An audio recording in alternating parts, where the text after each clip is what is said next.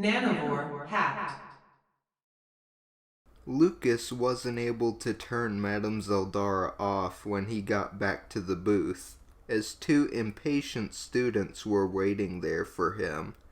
His mind reeled as he put one of them in the red circle without any of his carny preamble, ignoring their amazed faces as Madame Zeldara warned them that the movie they wanted to see this weekend was nearly sold out. A shout and commotion came from across the hall, and Lucas moved into the aisle to see what the fuss was. He winced as he saw a streak of chestnut followed by a blonde and black blur, and then the hydroponic corn project fell over. Cries of, "Hey!" and "Ow!" and "Stop her!" came closer, and Lucas still couldn't tell what was going on.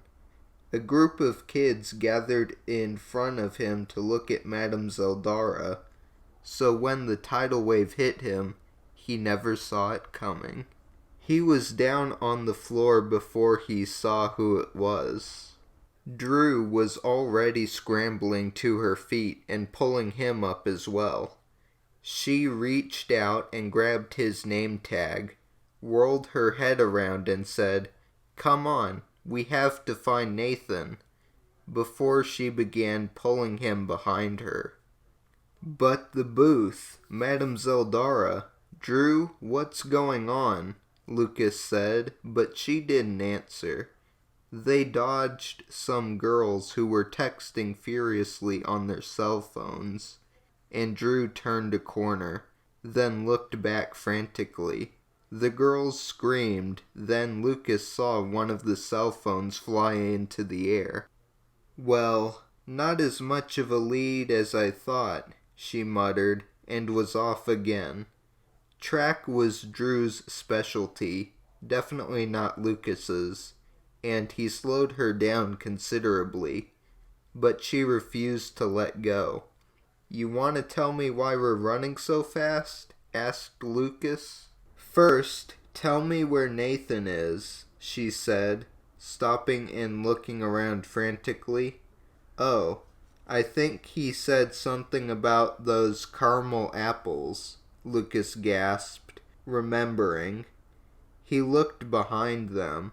Ben Arneson and Bulk Damage dashed for them. "Oh man, I get it, let's go," Lucas yelled, and they were off again.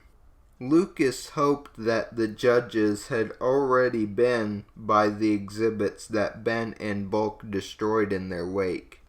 Drew led him into the booth with the replica of the solar system, delicately dodging marbles and ping-pong balls painted to look like the planets, then jumped on the table in the back of the booth and vaulted over the side. Lucas followed with more apologies and less grace. The caramel apple display was in front of them then, and Nathan stood there stupidly agape, apple in hand. "Nathan!" Drew yelled. She reached him and flung Lucas's slightly buttery name tag over his head. "You have to go back to the booth and be Lucas for a while. We have something we need to do." "But I don't know," Nathan said. Drew set her jaw as Ben and Bulk's yells came closer. "Look, are you an actor?" "Well, yeah," Nathan said. "Do you know how to work Madame Zeldara?" "Sure." "Then go be Lucas." He finally nodded. Ben and Bulk rounded a corner. Lucas winced when he heard, "There she is!" "And here we go," Drew said. She took off again, Lucas behind her. "I have an idea. Lucas, follow me." "Like I have a choice," he said. They took a sharp right turn, then another. Lucas realized they were running in circles. They passed his booth, luckily leaving it unscathed. Nathan stood there proudly showing off Madame Zeldara when something popped into Lucas's mind.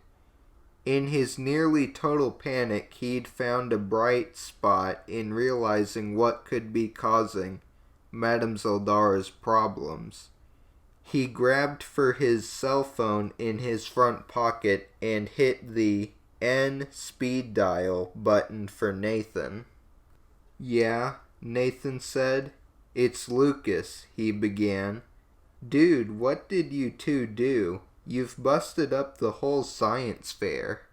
"Nathan, the only way Madame Zeldara could be saving data and transmitting it is if there's something plugged into one of her data ports. You have to check her data ports in the back and remove anything you see. Do you understand?" Nathan said something like, "Oh yeah, got it out," but Lucas couldn't be sure as he had to shut his phone and hold his arm up to stop a tall wooden structure, half a catapult, from falling on him. "They're getting closer, Drew. Are we going to run around in circles this whole time?" he said. "They'll catch us eventually." As if on cue, a large crash sounded behind them, and Lucas risked a peek. Bulk lay on the carpet, sprawled over the downed catapult. Ben ran on, leaving his friend. "Or maybe not," Lucas said. They neared the caramel apple machine again. "Lucas," Drew shouted, "keep running toward the exit to the cafeteria." "Got it," Lucas yelled. Drew pulled up at the caramel apple machine, and Lucas shot ahead past her. He heard a crash and a disparaging yell, and a hasty, "I'm sorry." Then there was a surprised howl that sounded like Ben, and a loud thump. Drew caught up with him easily, and with his hand on the door, Lucas chanced to look back. Ben sat on the carpet, covered in caramel, with a weeping student behind him, looking at the ruins of her Rube Goldberg device. Lucas hoped she'd get second place, because it really was a cool machine. Drew pulled him through the door. "He won't be long. There, janitor's closet. Let's go."